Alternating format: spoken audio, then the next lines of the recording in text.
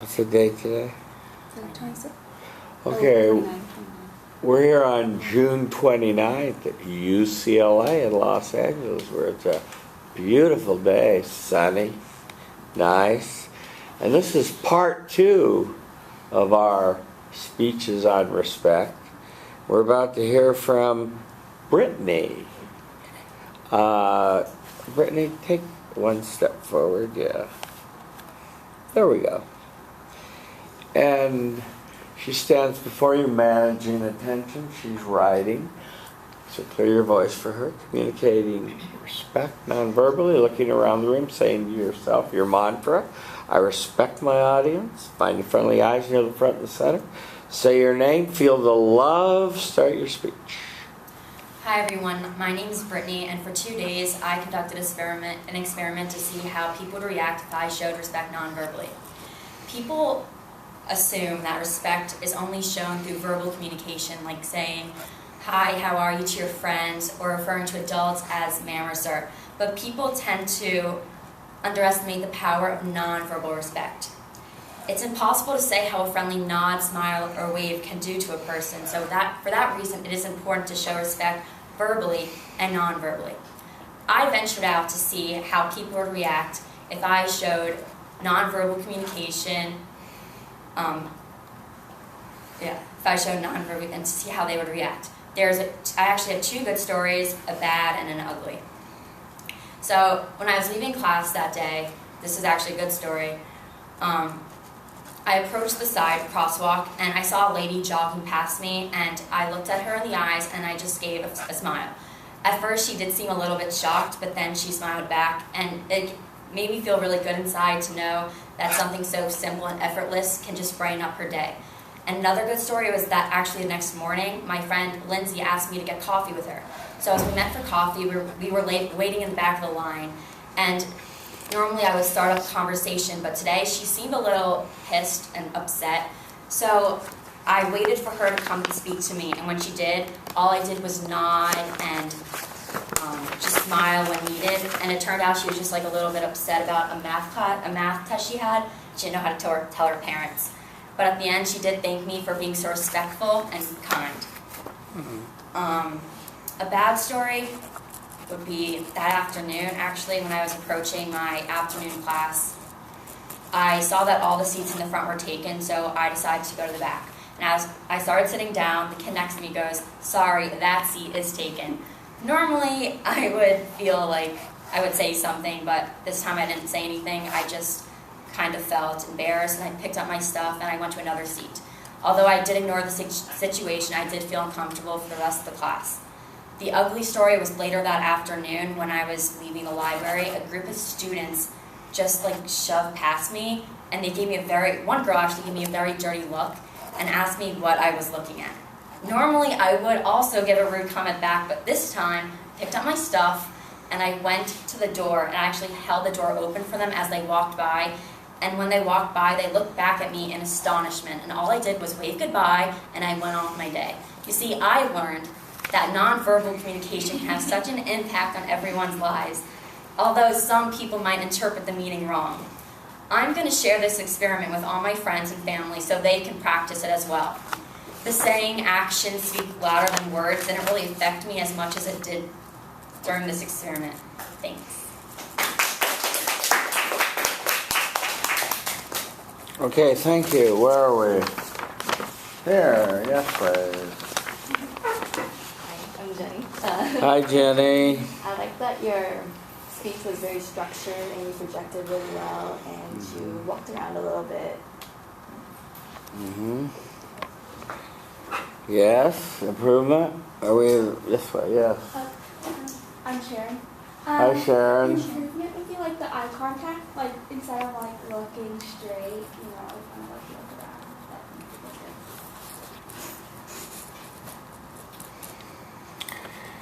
Brittany, I liked your speech. You started off with the idea that, it's more than just ma'am and sir and hello, but, the nonverbal. And I like that you expanded it to that, and it had a nice transition to the exercise that you were carrying out, and you gave us a good thesis preview.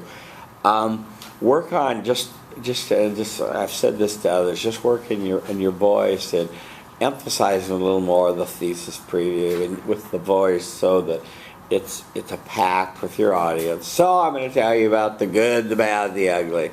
So it really is like it stands out a little bit more. You said it, but it stand out a little bit more. So the good, something like that. So we have a running narrative. You actually said we have two good, a bad, and an ugly. First good, the jogger, and the jogger story was good, and you had a moral at the end of it, and that was good. And so that was nice. Your second story about being a good listener, which is rare in our society, which is a great form of nonverbal respect, of not butting in and interrupting as men tend to do excessively, as I said earlier. This was a good story of listening to your friend worry about a math exam and telling her parents and all this. And what you learned from that about respect, being quiet, and listening was a good story. So you had two good stories. The bad story about the guy saying you're not sitting next to me and snickering was, UCLA, welcome to it. But this is how you thicken your skin, but you still give respect, and that's when you repeat the mantra. And even though it's annoying, and you probably saw no one sat there or whatever, but whatever. Yeah, that's when people are jerks sometimes. So you just have to repeat the mantra. On at the library, I don't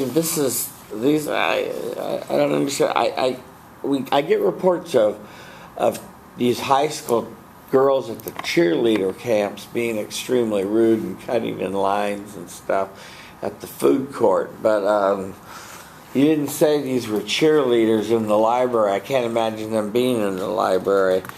But I liked your response. It was good because you were bigger and better, and you responded not in kind but with respect, and that was good. I liked your summing up, your idea of sharing it with parents and friends, because it's a very powerful tool and technique, and it carries people very far. When I graduated from high school, my father gave me a book to read by Dale Carnegie called How to Win Friends and Influence People. And it was a tremendous influence on my life because it talked about being thankful to others and being just saying thanks you to people and remembering their names and being respectful. And I followed the principles in the book, and I think that it's really helped me in my life of just following that principle of respecting other people and remembering their names and treating them like you want to be treated. So I recommend that you do share this with friends, because the more people that are respectful, the better off we're going to be in cars and trucks and boats and everywhere else, and on cell phones and everywhere else in the world. So you did a nice job. Thank you.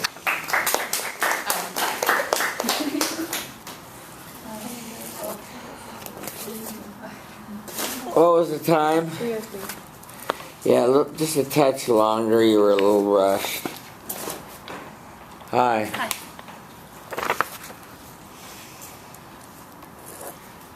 Stands before you, managing attention, communicating respect, finding friendly eyes near the front and the center. Say your name. Feel the love. Oh, you're taller. Let me adjust the camera. Okay, say your speech. Hi, my name is Erin Park. Hi, Erin. In my communications class, we were challenged for 48 hours to communicate respect non-verbally with everyone we encountered. My first reaction was, what? Because I didn't know respect could be communicated non-verbally. and I was really confused by the assignment. So, but thankfully our professor provided us with a structural guideline, a mantra, so to speak, and just a way to approach people. So what I did was I created kind of like a template for myself, so because I didn't understand how to communicate respect non-verbally. So I decided every time I would encounter someone, I would make eye contact. If the eye contact lasted longer than like 2 seconds, I would smile, I would nod, and then if it continued even longer, I would say something. And so the first encounter I had, that was, I had a lot of encounters that followed, of course, but at the end of the day, what all of them really taught me was that communication of respect and communication in general, it's not about the intention, it's about the message that is received. And so in order to reiterate what I learned, I'm going to share a good, a bad, and an ugly scenario that I encountered over those 48 hours.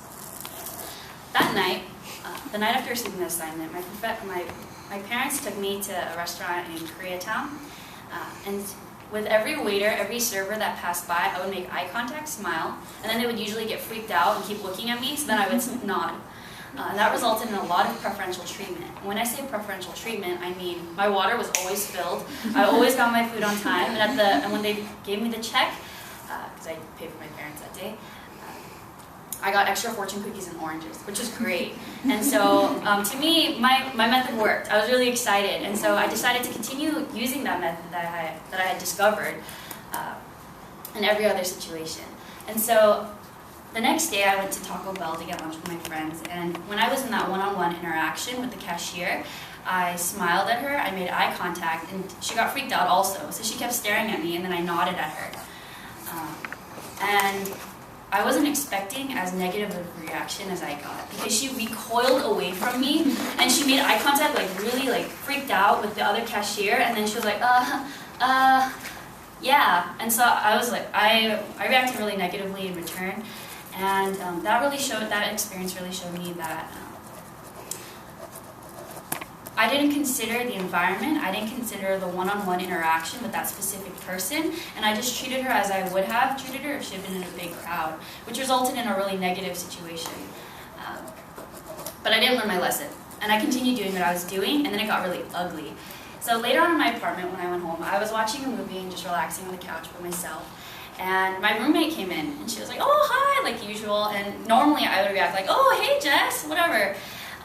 Or whatever following, and then, but instead I just smiled at her, I nodded, made eye contact, nodded a couple times, and then she looked at me like this, and then she like went in the room, and I was like, well, whatever, and I continued watching my movie. She came back out, and she was like, well, hi, and I was like, and then she like quickly went back in the room. I didn't think much of it, but later on she texted me right before the end, right before the climax of the movie, so I was kind of upset about that. But she texted me and she said, hey, can we talk? And I was like, sure. So I put the movie on pause right before the climax, and I went in the room, and it turns out that she had been extremely, extremely disturbed by that interaction. And she had texted our other roommate, and they had decided to like confront me about it. And so they're saying like, what's wrong? Like, did you have a bad day? Like, are you mad at us? We should talk. And I was like, what? I was just trying to communicate respect with you. And then like she started crying, and then it was just like an incredibly ugly situation. And in the end, I didn't consider the relationship that I had with her, because we had been friends, or we were friends. I'm not saying that it ruined our friendship, but we were friends, and I didn't consider that she expected a different kind of respect than I had like decided to approach people with. So in those 48 hours, I experienced crying, recoiling, as well as a lot of preferential treatment, and those good, bad, and ugly situations all really taught me that I really need to consider the person I'm dealing with, the situation, and the feelings that they have when I'm trying to communicate with them. Because I went into this assignment thinking, if I approach everyone in the exact same way, I will be treated in the exact same way. And I partially expected my speech to be like all positive stories, like, oh, there was nothing ugly. But I think I experienced really, really ugly situations as a result of trying to treat everyone the same way. And so, in closing, just to bar you with this, communication really is about the message that is received and not the intention that you have when you go into an interaction with another person. Thank you. Okay, thank you. Where are we? In the back row, I think. Yes, please. Hi, I'm Noor. What's your name? Noor. Noor. Hi, Noor. Yeah, so I thought you were really charismatic and likable as a presenter, and you were also funny, and your speech was organized really well, and I liked your message at the end about the message from the seat. Thank you, Noor. Pruma? Hi, I'm Fernando, and Hi, Fernando. I thought that your speech was really good. Maybe one improvement could be that you could slow down the pace in some sections. Vary the pace, eh? What's the time? 5:16. 5:16, okay. Well, gosh. I liked your speech a lot, and but let me suggest some ways that it could get better. I liked how you don't have to stand right against the wall. You can come up forward a little bit, yeah, because it looks like you're trying to run away from the class. And especially, you don't want to ever deliver yourself with a speech with your back against the wall. It looks like you're hiding from the audience.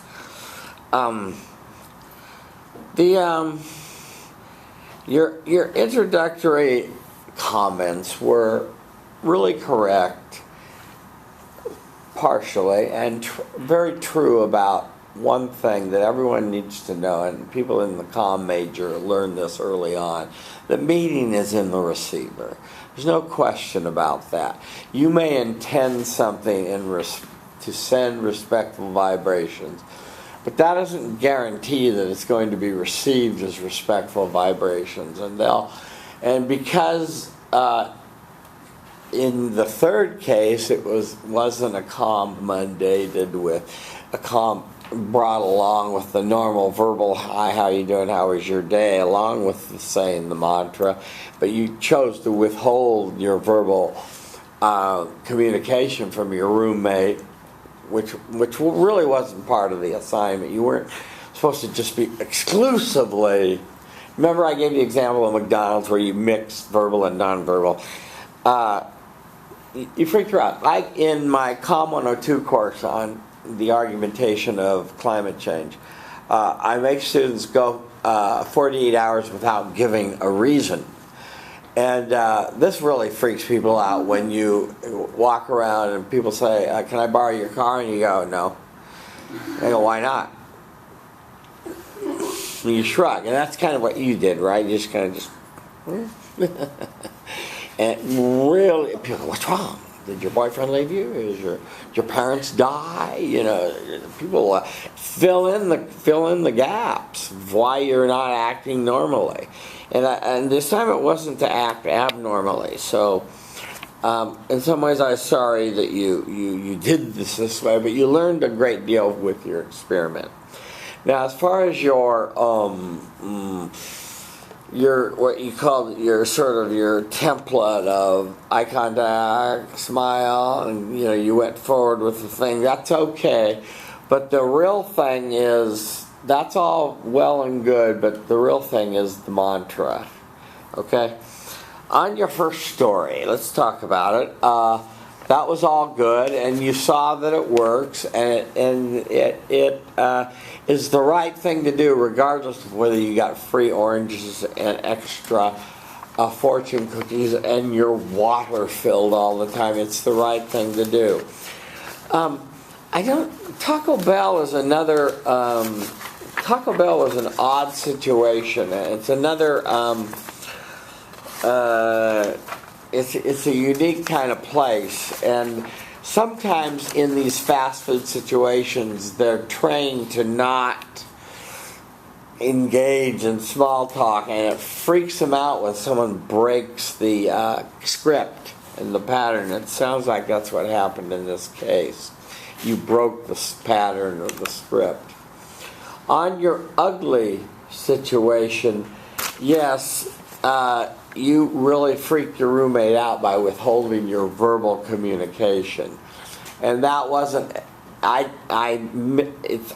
apologize if I gave you the impression of that's how the experiment was to be conducted, but because just alone the nonverbal mantra without accompanying it with the normal "oh, how are you today" and stuff isn't going to do it, especially when they normally expect it.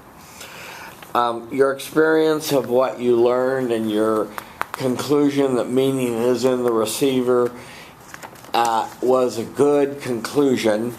I do think that intentions do count for something. I do think that it's important for us to intend to be respectful, but I think what you learned is even though we intend to be respectful, it's not always going to be received and interpreted and to use Heinlein's phrase, grokked or understood as respect. It's going to be thought of as weirdness, or she's crazy, or why is she asking this, or why isn't she talking, and and so I think intentions do matter though. So you did a nice job, Aaron. Thank you.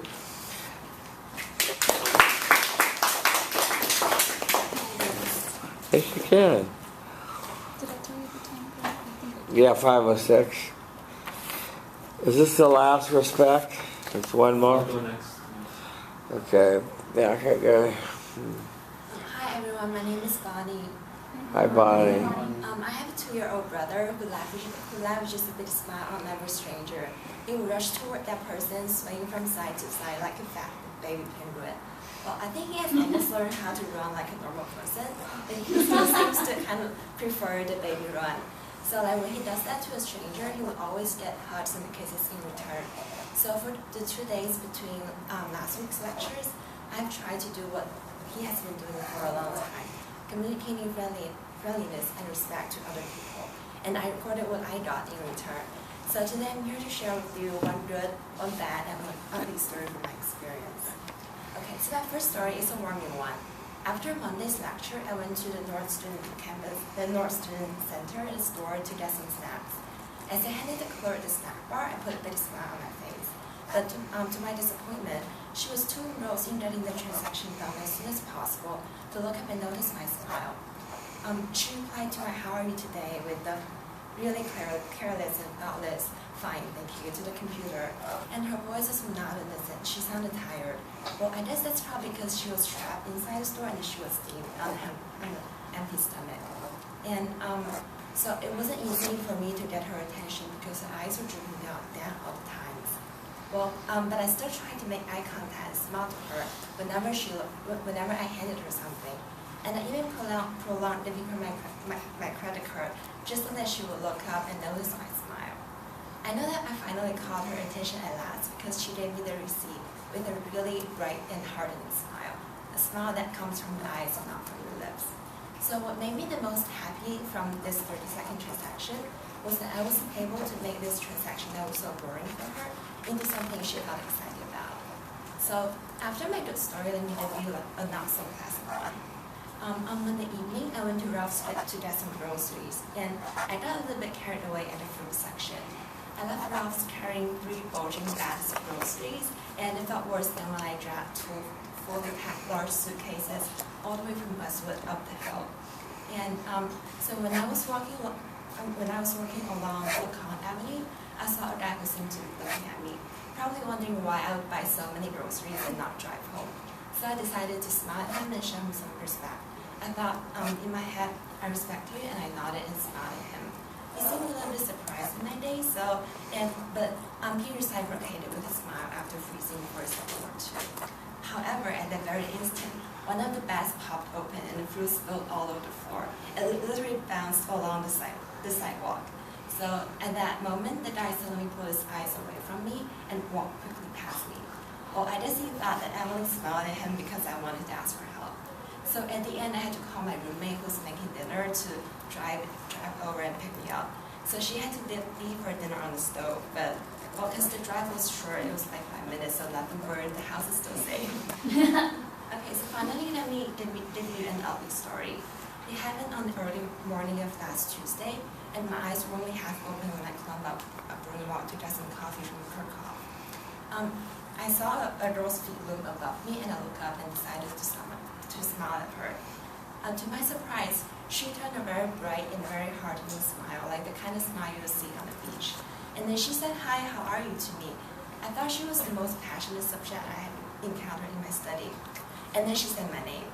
So I tried to wake myself up and drew her face in my memory, but it was blank. I was completely caught aback and didn't know what to respond, just like the guy in my second story. I guess she kind of noticed my awkwardness and gathered that I didn't remember her name, or I didn't remember her at all. So she gave me one final dry grin and walked a deliberate arch away from me. I thought I would probably have a better chance of being friends with her had I not shown her respect that morning. So from my 2-day experiment, I learned 2 simple things. One is that what you want from people, like nice responses, almost never come easily, as with my second and my third story, but only after lots of deliberate effort, as in my first story. And the second lesson I learned is that never get groceries for the next week without driving. In summary, I've told you one good, one bad, and one ugly story from my experiment. The responses I got from people were mostly nice with some unpleasant twists. However, I wish I could get as much positive response as my little brother does when he flashes his unconditional smile. Thank you. Thank you. Okay, we're almost out of battery, so let's quickly. Is there any more in the back row? So we're back to the more in the back row? Yes. Like? I really liked your structure. Okay, well structured. Improvement. Alright, my name is Matt. I think Hi, Matt. you could have reached out a little of the box with your hands more, because you like motioned a lot in here, so maybe just reach out more. And also like vary your voice, because your voice is a little bit quiet, so maybe sometimes like speak louder sometimes to emphasize points. Those are all good suggestions for you, Bonnie. I like your starting with your little brother. I would have liked, more of a vivid thing about the penguin and the brother at the end, a more vivid tie back. And so, like my little brother, so we had that vivid sense of a tie back. But you did do it here on your papers, but I just more with your voice and that sort of thing. I like the fact that you had a model or an analogy that you were going to go for. On your first good one, were you repeating the mantra at the? Were you repeating the mantra at the cashier stand, or were you just smiling and doing that? Because repeating the mantra while you're smiling and fidgeting with your credit card can be helpful, and saying "How are you?" while repeating the mantra is part of how to do it. I was repeating the mantra at first, but then after a few seconds, I kind of just focused on smiling at her. Smiling and going that way. Okay, good. And I'm glad that you finally broke through. And I liked your phrase. She smiled with her eyes. That was an excellent phrase. On your groceries from Ralph's and the bag that broke and the boy that was rude and was not a gentleman and didn't help you, shame on him. He should have. What happened to kindness and courtesy that we used to have in this world, and you had to call your roommate to drive over and rescue you? I don't know if you were repeating the mantra even while he was walking away, or if you were just mostly trying to run oranges down the street. So maybe you couldn't have done it in that situation. On the Kirchhoff Coffee House, and the woman that knew you and you didn't know her, yes, this is difficult. And maybe you can learn to fake that better. But were you saying I respect you, even though could you say something like, well, how are you, or something? Or were you just like stunned and looking at her, going, who are you? Who are you? Who are you? Well, you were kind of more silent than anything, huh? I was pretty much just smiling at her, so I think she just assumed that. You didn't know her, yeah. instead of saying something like "How are you?" or something, or "Gosh, tell me your name again. It's great seeing you again," or something. I don't know. You can work it out. But what I got that I want to say to you is I want to make sure that you're repeating the mantra as much as you can as you walk around. 'Cause that's the key to this assignment. And to your summing up was good, and your tie back could have been a little stronger. And let's work on vocal variety and moving a little bit more, the 3 times, so this will relax you a little, okay? And we made it on our battery, and our work is done for the day. Thank you, everyone. We have one left, right? Yeah, go ahead. Okay, one left. We'll go next time, and then we'll do the intros. So have the intros ready. 4:45. Thank you. We're doing on the 13th, the Google thing. Yes, on the 13th. Is that coming up? Yeah. Okay. Good. The library thing, you mean? Yeah. Yeah.